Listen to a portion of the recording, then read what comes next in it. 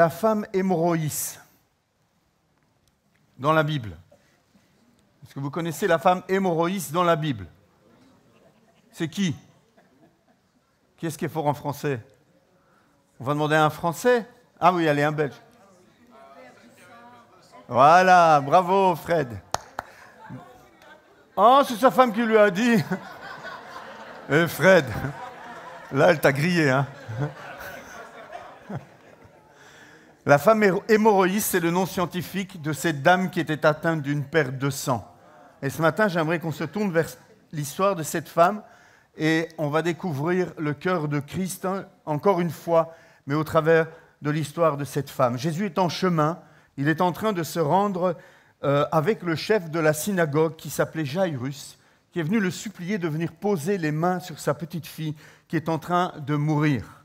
Et pendant que Jésus est en chemin, une femme vraiment désespérée lui touche le vêtement en cachette et l'impossible va se produire sur le champ. Ce matin, je vous propose de découvrir à quel point cette femme était désespérée. Ça va plus loin que les quelques lignes qui parlent d'elle. J'aimerais ce matin vous proposer de voir comment Jésus va prendre soin d'elle et on tirera quelques applications pratiques pour nous aujourd'hui, 2000 ans après cette histoire. On va lire le texte, c'est dans Marc, chapitre 5, des versets 25 à 34. Si quelqu'un pourrait me servir un petit apéritif, ça serait bien. Verset 25. Or, il y avait une femme atteinte d'hémorragie depuis 12 ans. Imaginez, 12 ans avec des pertes de sang. Elle avait beaucoup souffert entre les mains de nombreux médecins. Elle avait dépensé tout ce qu'elle possédait, mais cela n'avait servi à rien. Au contraire, son état avait plutôt empiré. Elle entendit parler de Jésus, vint dans la foule par derrière et toucha son vêtement, car elle se disait, « Même si je ne touche que ses vêtements, je serai guérie. » À l'instant même, son hémorragie s'arrêta et elle sentit dans son corps qu'elle était guérie de son mal. Jésus se rendit aussitôt compte qu'une force était sortie de lui. Il se retourna au milieu de la foule et dit, « Qui a touché mes vêtements ?» Ses disciples lui dirent, « Tu vois la foule qui te presse et tu dis, qui m'a touché ?» Jésus regardait autour de lui pour voir celle qui avait fait cela. La femme, effrayée et tremblante, sachant ce qui lui était arrivé, vint se jeter à ses pieds et lui dit toute la vérité. Alors il lui dit, « Ma fille, ta foi t'a sauvée, pars dans la paix. » Thank you. Et sois guérie de ton mal.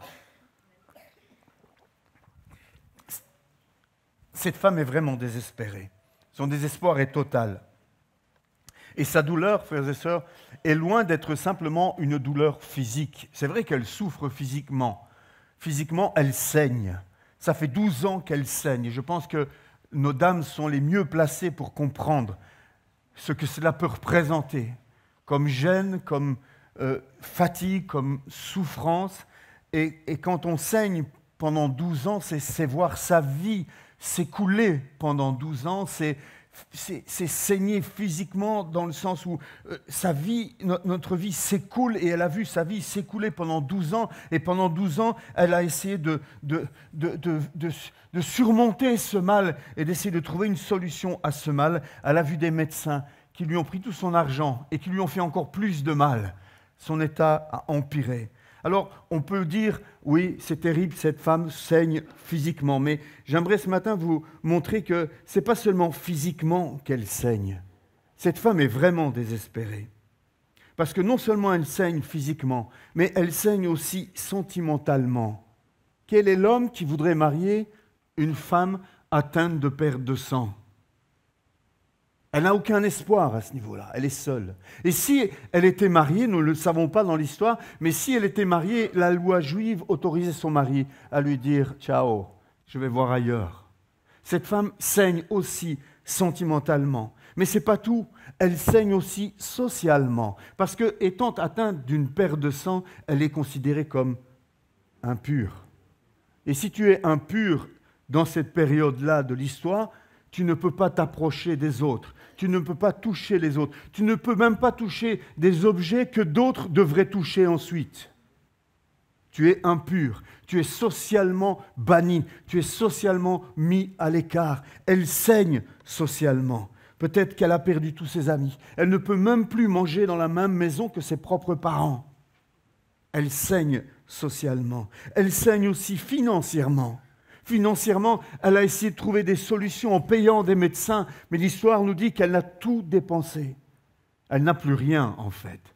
Elle est seule et elle n'a plus le sou. Elle est probablement réduite à la mendicité. Et enfin, et peut-être le plus important ce matin, elle saigne aussi spirituellement. Parce que, étant impure, elle n'a plus le droit de mettre le pied dans une synagogue. Elle n'a plus le droit d'entrer dans la cour du temple, même réservée aux femmes. Elle est vraiment désespérée. Elle a tout perdu. Elle n'a plus rien. Elle saigne, pas seulement physiquement. Quand nous lisons l'histoire, nous lisons, elle saigne, elle a depuis 12 ans, ah oui, ça ne doit pas être facile. Mais ça a des conséquences auxquelles peut-être vous n'avez jamais pensé avant. C'est plus que saigner physiquement. Toute sa vie s'est effondrée et elle est complètement désespérée, cette femme. Que lui reste-t-il ? Que lui reste-t-il à cette femme ? Eh bien, la seule chose qui lui reste, c'est Jésus. Elle a entendu parler de lui. D'où l'importance pour nous de parler de Jésus autour de nous. Nous ne savons pas dans quelle oreille ce que nous disons peut tomber. Elle n'est peut-être pas venue directement qu'elle a entendu parler de Jésus. Elle a peut-être continué à essayer de s'en sortir. Mais là, la Bible nous dit, elle a entendu parler de Jésus. Et il est devenu son seul espoir après avoir tout essayé. Et c'est souvent comme ça que les gens viennent à Christ. C'est après avoir tout essayé qu'ils se tournent vers Jésus. Parlons de lui, pour que d'autres puissent entendre parler de Jésus. Alors, elle s'approche de lui. Mais il y a un gros problème, c'est qu'elle est impure. Elle ne peut pas s'approcher de Jésus. Elle ne peut pas venir en face de Jésus lui dire, comme Jairus l'a fait, « Viens, pose les mains sur moi ». En tout cas, c'est ce qu'elle pense dans son cœur et dans sa tête. Elle ne peut normalement pas entrer dans la foule pour toucher Jésus, pour voir Jésus. Si la foule réalise que cette femme impure s'est faufilée au milieu d'elle et les a touchés en essayant de passer et de s'approcher de Jésus, elle peut être lapidée. Ça peut aller jusque-là, parce qu'elle a contaminé, elle a rendu impurs tous ceux qui sont là autour de Jésus. Alors, que faire ? Eh bien, la seule solution qu'elle trouve, c'est de venir en cachette. C'est de s'approcher discrètement, par derrière, et de toucher juste le bord de son vêtement. Certains commentateurs bibliques disent que cette manière qu'a cette femme de s'approcher de Jésus est remplie de superstitions. Ce n'est pas très bien. Croire qu'un vêtement peut guérir. On sait que ça s'est produit après dans le livre des Actes, avec les vêtements de Paul, le mouchoir et des choses comme ça. Mais ça n'est jamais arrivé avant. C'est la première qui se dit, si je touche seulement le bord de son vêtement, je serai guéri. Donc certains commentateurs bibliques disent que cette femme s'est approchée de Jésus avec une foi, mais une foi mélangée avec de la superstition. Une foi qui n'est pas complètement nette, on pourrait dire. Mais ce qui est formidable dans cette histoire, c'est que cela n'a pas empêché Jésus de faire du bien à cette femme. Ce n'est pas parce que ta foi est faible ou ta foi est imparfaite que Jésus va te rejeter. Un tout petit peu de foi, comme une graine de sénévé, peut être suffisante pour déplacer tes montagnes. C'est ce que cette femme va réaliser, c'est ce que cette femme va vivre, c'est ce que cette femme va découvrir. Elle touche le vêtement de Jésus, et qu'est-ce qui se passe à ce moment-là ? Elle sent dans son corps qu'elle est guérie. Je ne sais pas comment ça s'est produit, je ne sais pas ce qui s'est passé en elle, mais elle a senti dans son corps, et l'hémorragie dans ses parties les plus intimes, elle a senti que quelque chose s'est produit, elle a senti cette guérison. Alors, elle aurait pu à ce moment-là, et à mon avis c'est ce qu'elle voulait faire, sentant cette guérison, à mon avis ce qu'elle voulait c'était faire demi-tour, et le plus discrètement possible, s'éloigner de la foule et partir. Mais ce n'est pas comme ça que les choses vont se passer, et ce n'est pas comme ça que Jésus va laisser les choses se passer. Elle a bien peur d'être lapidée, on peut la comprendre. Et puis, je veux surtout m'attarder ce matin sur cette question de Jésus. C'est une des questions les plus bizarres que Jésus ait posées. On pourrait faire une série de prédications sur les questions de Jésus. On pense à cette question de Jésus, « Veux-tu être guéri ?» On se dit, évidemment qu'il veut être guéri. Mais pourtant, derrière chaque question que Christ a posée, il y a plus. Il y a plus à découvrir. Et ce matin, j'aimerais que nous puissions ensemble découvrir pourquoi Jésus pose cette question à cette femme. Jésus sait qui l'a touché, puisqu'après on dit qu'il cherchait quelle était la femme. Jésus sait qui l'a touché, il est omniscient, il n'y a pas de souci avec cela. Mais pourquoi pose-t-il cette question? C'est une question embarrassante pour cette femme. Pourquoi veut-il qu'elle se dévoile alors qu'elle vient de faire quelque chose d'impensable et qu'elle a juste envie de discrètement, surtout ne pas être remarquée par la foule? Que la foule n'apprenne pas qu'elle était impure et qu'elle s'est approchée de Jésus en les bousculant eux aussi. Elle ne veut pas être embarrassée. Alors, est-ce que Jésus pose cette question-là parce qu'il a envie d'embarrasser cette femme? Est-ce que le but de Jésus, c'est de la mettre mal à l'aise? Est-ce que le but de Jésus, c'est que devant tout le monde, elle soit comme humiliée? Je ne pense pas. On va découvrir ensemble pourquoi Jésus lui pose cette question. Ses disciples trouvent que la question aussi est bizarre. Vous vous souvenez, dans le contexte, les disciples lui disent « Mais enfin, Jésus, tu demandes qui t'a touché alors que tu es bousculé de toutes parts. La foule te presse de partout et tu dis « Qui m'a touché ?» Cette femme n'a pas touché Jésus comme le reste de la foule a touché Jésus. C'est ce qui fait la différence. Et Jésus va lui poser plusieurs questions. Et cette question-là, pour plusieurs raisons, à mon sens. Je pense que la première des raisons, il y en a trois. La première des raisons pour laquelle Jésus lui demande qui m'a touché et veut que cette femme vienne à la lumière, alors que pour l'instant elle est dans l'ombre. Il veut la faire venir à la lumière. D'abord, je pense pour qu'elle soit certaine d'être guérie. Que le doute ne vienne pas dans son esprit 3 jours après pour la faire douter en lui disant « La guérison, tu l'as volée, c'était pas bien, tu es venu en cachette, tu es venu derrière, tu as volé la guérison. » Jésus ne veut pas que cette femme reparte avec des doutes dans son cœur. Il veut la rassurer. Elle a été guérie, non parce qu'elle est venue en cachette par derrière, mais parce qu'elle a eu foi en Jésus. Une foi peut-être partagée, on peut discuter là-dessus, mais une foi malgré tout, qui lui a permis de vivre cette guérison. Jésus veut qu'elle comprenne qu'elle n'a rien volé. Tu n'as rien volé, ma fille, tu as reçu la guérison par la foi. Jésus désire que celle qui s'est approchée de lui par derrière puisse maintenant venir en face de Jésus et le regarder dans les yeux. Il veut qu'elle retrouve sa dignité. Il veut qu'elle soit dans la paix par rapport à ce qu'elle vient de vivre. C'est la première raison. La deuxième raison, Jésus pose cette question, à mon avis, je pense, parce qu'il veut que les autres entendent que cette femme a été guérie de son mal intime et gênant. Comment devrait-elle prouver, si elle avait reçu la guérison discrètement en touchant le bord de Jésus, en disparaissant, qui l'aurait cru et comment aurait-elle prouvé qu'elle n'était plus atteinte de perte de sang? C'est un peu gênant. C'est un petit peu difficile. Cette femme, je pense que Jésus estime qu'elle a suffisamment souffert. Je pense que Jésus voit la douleur de cette femme et se dit, ça suffit, tu as été assez désespéré, tu as assez souffert, je ne veux plus que ça t'arrive. Et Jésus veut que ceux qui entourent cette femme entendent que cette femme qui était impure est maintenant devenue pure, qu'elle a été guérie, que ses proches et que la communauté qui entoure cette femme puissent réaliser que cette femme a été guérie par Jésus. Peut-être aussi pour fortifier la foi de Jairus, qui attend impatiemment que Jésus enfin aille guérir sa fille. Nous ne savons pas, mais je pense que tout tourne autour du bien-être de cette femme. Jésus est délicat, Jésus est attentionné, Jésus est plein de compassion et de tendresse. Jésus est bon. Et Jésus voit le désespoir de cette femme. Il est le seul peut-être qui voit encore le désespoir de cette femme. Et il ne veut pas la laisser partir en cachette. Il veut la restaurer en elle-même et la restaurer aux yeux de tous. Et finalement, une troisième raison que je vois à Jésus poser cette question, c'est que Jésus souhaite vraiment bénir cette femme d'une manière spéciale. Une femme qui a tant souffert et qui a tant été rejetée, il va l'appeler « ma fille ». Est-ce que vous savez combien de fois Jésus utilise cette expression dans le Nouveau Testament? Une seule fois pour elle.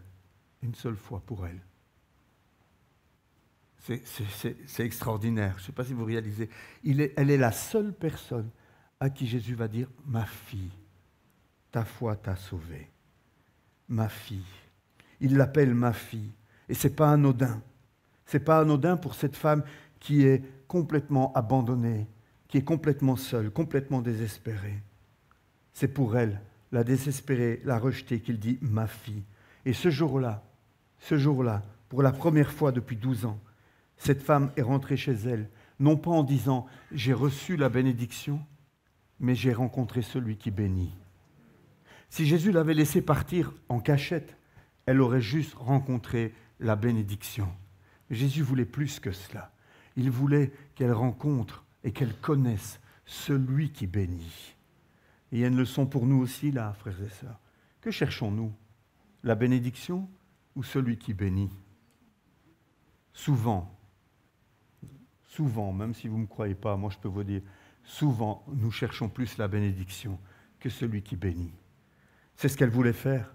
Ne voulait pas déranger le maître, ne voulait pas être prise en flagrant délit, voulait rester dans l'anonymat et repartir discrètement avec une guérison qui finalement n'aurait pas été complète.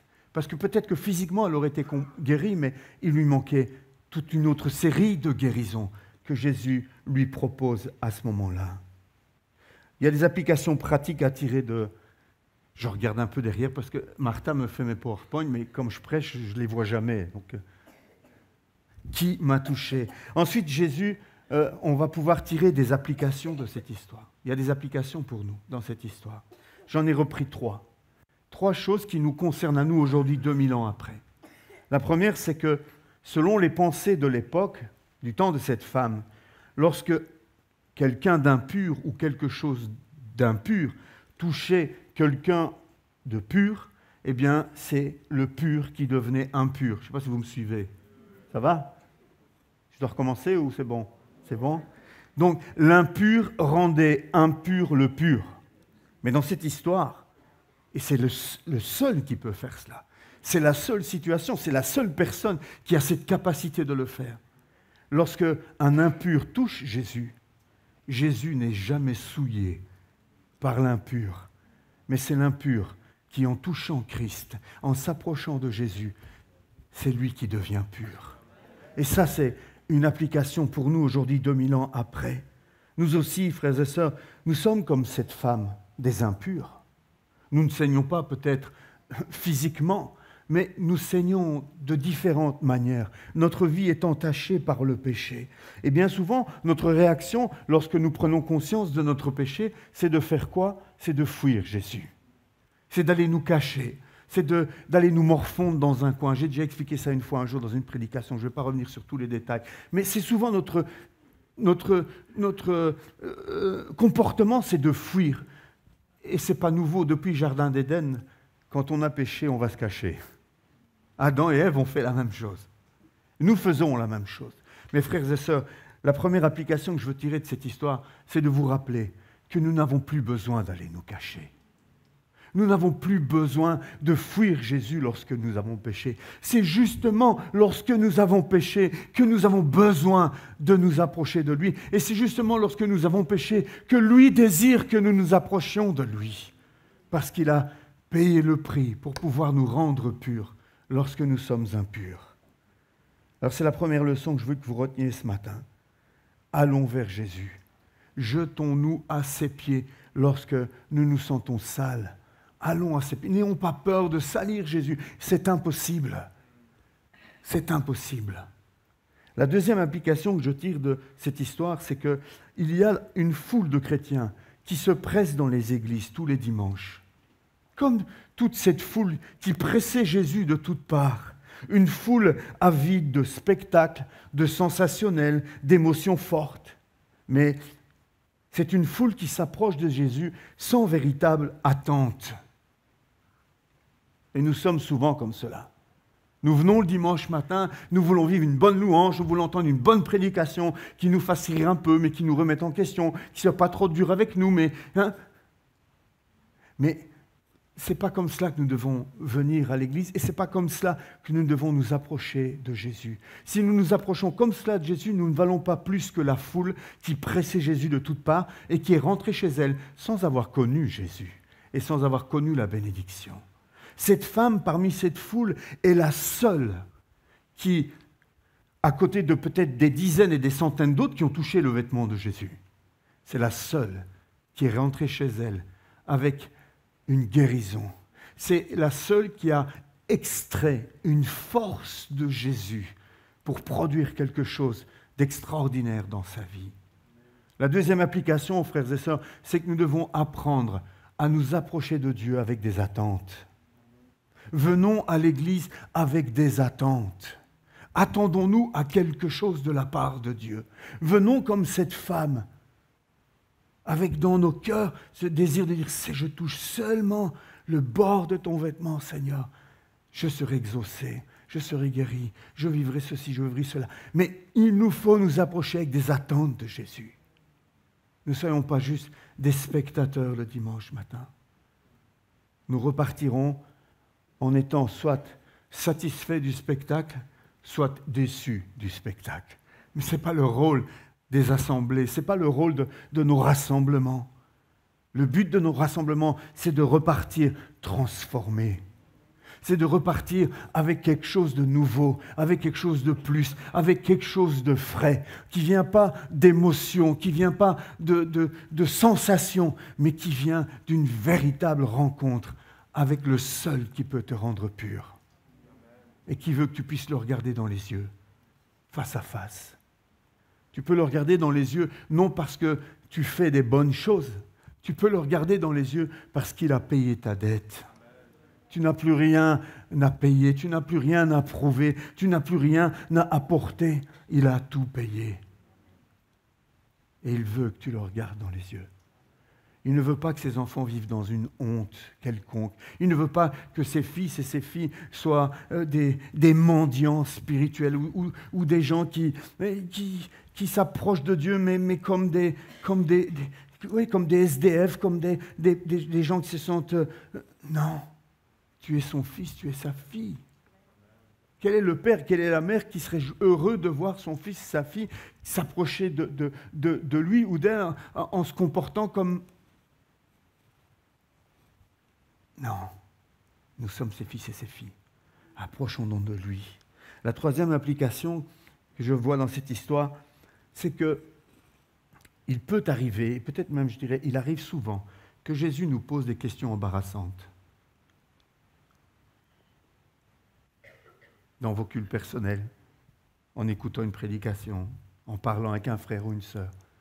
Des questions embarrassantes qui, quelque part, nous dérangent. En lisant la Bible. Oh, mais non, moi, par rapport à l'argent, là, ça me dérange ce que Jésus dit là. Ou par rapport au pardon. Ah non, on se sent dérangé parfois lorsqu'on lit la Bible. On se sent dérangé parfois lorsqu'on écoute une prédication. Parce que le Saint-Esprit nous pose parfois des questions embarrassantes. Et ce que je voudrais que vous compreniez ce matin en troisième application, c'est que lorsque Jésus pose des questions embarrassantes, c'est jamais pour vous embarrasser. C'est pour vous restaurer. Cette femme a reçu de Jésus une question des plus embarrassantes pour elle. Mais derrière cette question embarrassante de Jésus, il y avait une volonté de sa part de la relever, de la restaurer, de la franchir, de la libérer, de la guérir. La désespérée a retrouvé un espoir. La malade a été guérie. Et lorsque Jésus te pose des questions embarrassantes, arrête-toi et pose-toi la question, pourquoi est-ce que ce verset me dérange? Pourquoi est-ce que cette question, cette prédication me dérange? Est-ce que Jésus veut juste me rendre mal à l'aise? Est-ce que le Saint-Esprit veut juste me mettre dans l'embarras? Non. Sa question embarrassante, c'est pour te faire du bien. C'est pour te sortir de l'embarras et t'amener sur le terrain de la liberté, de la foi, de la joie, de la paix. C'est ce que Jésus dira à cette femme, ma fille, ta foi t'a sauvée. Pars dans la paix. Pars dans la paix et sois guéri de ton mal. L'objectif de Jésus, c'était ça, que cette femme parte dans la paix. Nous sommes appelés à vivre en paix. C'était parfois tellement difficile. On accumule les bourdes, on accumule les erreurs, on accumule des choses parfois. On se sent lourd, on se sent écrasé par tout un lot d'échecs, de choses qui nous pèsent, qui nous attristent. Je conclus avec cette phrase de cette femme pour poursuivre. Cette phrase qui est capitale pour chacun d'entre nous et qui reste d'actualité pour nous. Cette femme va faire ceci. La femme, au verset 33, la femme, effrayée et tremblante, sachant ce qui lui était arrivé, voilà ce qu'elle fait, vint se jeter à ses pieds et lui dit toute la vérité. Cette petite phrase, ces quelques mots, on peut les lire en passant dessus, sans faire attention, mais c'est capital. Ce que cette femme a fait, c'est ce que chaque enfant de Dieu doit apprendre à faire. Se jeter à ses pieds et lui dire toute la vérité. C'est ce qui lui a permis d'entendre Jésus lui dire le verset suivant, « Ma fille, ta foi t'a sauvée, pars dans la paix. » Il y a eu comme une repentance, il y a eu comme une prise de conscience de cette femme. Il y a eu quelque chose qui s'est passé en elle, qui l'a poussée à venir se jeter aux pieds de Jésus et d'ouvrir son cœur à Christ et de lui dire toute la vérité. Je crois que c'est la meilleure des choses à faire lorsque nous allons à Jésus. Se jeter à ses pieds et lui dire toute la vérité. Combien de fois nous nous mettons à genoux pour prier, plus en signe de religiosité que de réellement de soumission, d'abandon, et combien de fois est-ce que nous ne cherchons pas des belles formules à proposer à Jésus, mais nous ne lui disons pas toute la vérité, alors qu'il la connaît, mais il désire l'entendre de notre bouche. Apprenons à dire toute la vérité à Jésus. C'est quand la dernière fois que tu as fait cela? C'est quand la dernière fois que tu as été vrai avec Jésus, où tu as pris le temps de te jeter à ses pieds, peut-être effrayé et tremblant, et de lui dire, Jésus, il y a tellement de choses que j'ai envie de déposer à tes pieds. Il y a tellement de choses dont j'ai honte, il y a tellement de choses qui me font mal et me font souffrir. Je saigne, Jésus. Je saigne physiquement ou je saigne socialement, je saigne émotionnellement, je saigne financièrement, je saigne spirituellement. Viens à Jésus. Jette-toi à ses pieds et dis-lui toute la vérité. Quand as-tu pour la dernière fois fait un bilan de ta vie, réalisé tes erreurs, tes péchés et tes mauvais choix pour te repentir ensuite? La vie du chrétien, c'est une vie de repentance. Je disais à un ami chrétien dans la voiture il y a quelques jours que le chrétien qui ne se repent plus, c'est un chrétien qui a arrêté de marcher dans la sanctification. Parce que si tu grandis avec le Seigneur et si tu progresses dans la sanctification, tu prends toujours plus conscience que tu es pécheur. Des choses qui étaient cachées, des choses que tes yeux et que les yeux de ton cœur ne voyaient pas, en t'approchant de Dieu, tout d'un coup, la lumière se fait, tu dis « Waouh, il y a encore ça dans ma vie qui doit être réglé. » Tu en étais inconscient depuis 20 ans, 30 ans, 40, 50 ans peut-être. Mais si tu marches dans la sanctification, tu as une vie de repentance. Si tu en arrivais au point de dire, en te mettant à genoux, Seigneur, moi j'ai plus rien à te demander pardon, ça y est maintenant, je suis arrivé au sommet, je suis au bout de ma course, je suis un saint parfait. Eh bien, crois-moi, c'est que ça fait un bon moment que tu n'as plus progressé dans la foi. C'est que ça fait un bon moment que tu es en train de stagner et faire du surplace. Parce que si tu avances vers Christ, tu prends toujours plus conscience de ta nature pécheresse. Et tu cries d'autant plus fort à lui, « Sauve-moi, délivre-moi de ce corps de mort », comme dit Paul dans Romains. Alléluia. Excusez-moi, mais il me faudrait que je boive 3 litres. Je viens du Togo, alors on buvait beaucoup là-bas. De l'eau, je vous rassure, mais... Apprenons, frères et sœurs, à dire à Jésus toute la vérité. Toute la vérité sur nos péchés. Ce n'est pas un exercice agréable, j'en conviens. Ce n'est pas un exercice facile. On a plutôt envie de faire taire notre conscience. Mais pourtant, le bon exercice, c'est de dire toute la vérité à Jésus. Et demandons au Saint-Esprit de nous révéler des choses. Et même si c'est dur à encaisser et à entendre, s'il le fait, ce n'est pas pour nous mettre à terre, c'est pour nous en délivrer et c'est pour nous rendre sa paix. Apprenons à dire la vérité à Jésus sur nos souffrances. Vous savez, un culte personnel, ce n'est pas juste du blablabla, je parle et je parle et je parle avec Dieu pendant 15 minutes et puis c'est bon, non. C'est aussi me taire. C'est aussi entrer en moi-même. Laisser le Saint-Esprit me poser des questions ou me poser des questions sur moi-même. Faire un bilan d'où j'en suis. Mettre le doigt sur ce qui me fait souffrir. Mettre le doigt sur mes faiblesses. Mettre le doigt sur ce qu'il devrait encore changer dans ma vie, dans mon cœur. C'est douloureux, c'est difficile. Dire la vérité sur nos échecs à Jésus. Il y a un prix à payer, c'est sûr. Dire la vérité à Jésus sur nos espoirs déçus. Il y a tellement de choses que nous pouvons dire à Jésus lorsque nous voulons lui parler dans la vérité. Mais chaque fois que nous disons une vérité à Jésus, il y a une guérison qui est accompagnée.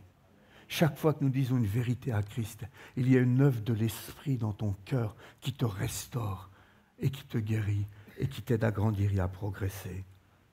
Osons lui avouer toutes les fois où nous nous sommes, nous aussi, 2000 ans après, adressés à toute une série d'autres docteurs que lui pour trouver la guérison de notre âme.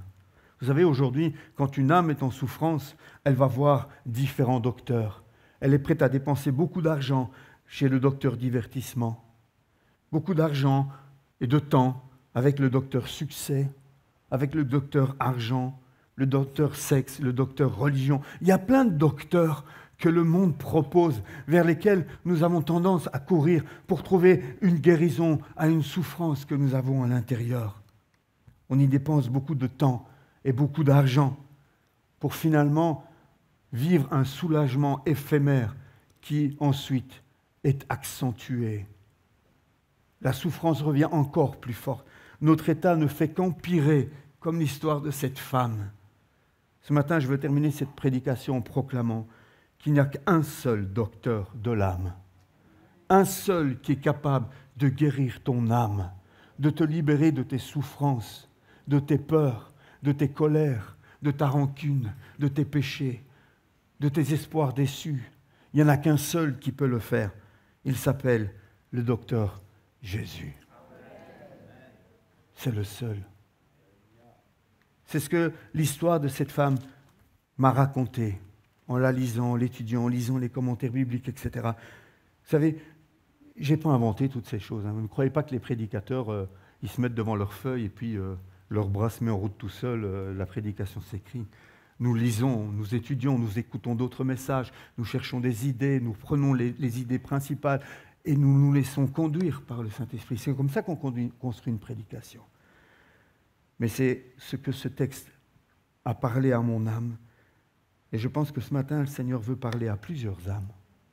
Et j'aimerais qu'on puisse terminer en priant ensemble. On puisse se placer devant Dieu. Nous sommes tous hémorroïs. Tous nous sommes hémorroïs, hommes ou femmes. Tous nous avons des secrets. Tous nous avons des souffrances, des péchés, des espoirs déçus, des choses qui sont restées là dans un coin de notre cœur et qui nous pèsent.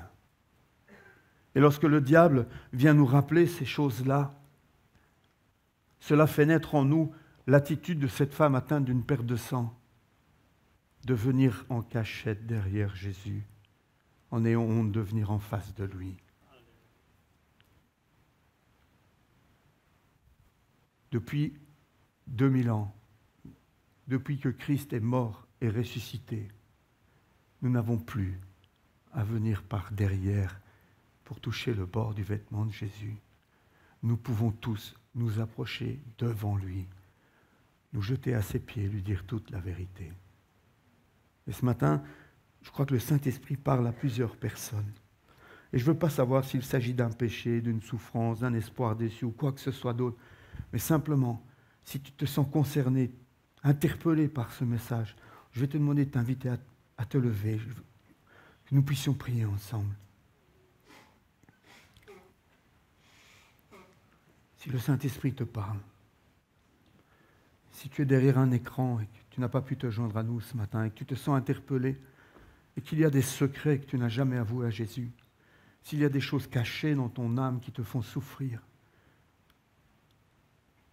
lève-toi dans ton salon, je ne sais pas où tu es, ou mets-toi à genoux si tu es tout seul et que tu veux le faire. Mais il faut répondre ce matin. Il faut répondre ce matin parce que Dieu nous parle. Dieu interpelle plusieurs. Tu peux repartir ce matin, comme cette femme avait l'intention de le faire. Tu peux rentrer chez toi ce matin discrètement en faisant marche arrière, en te contentant d'une petite bénédiction.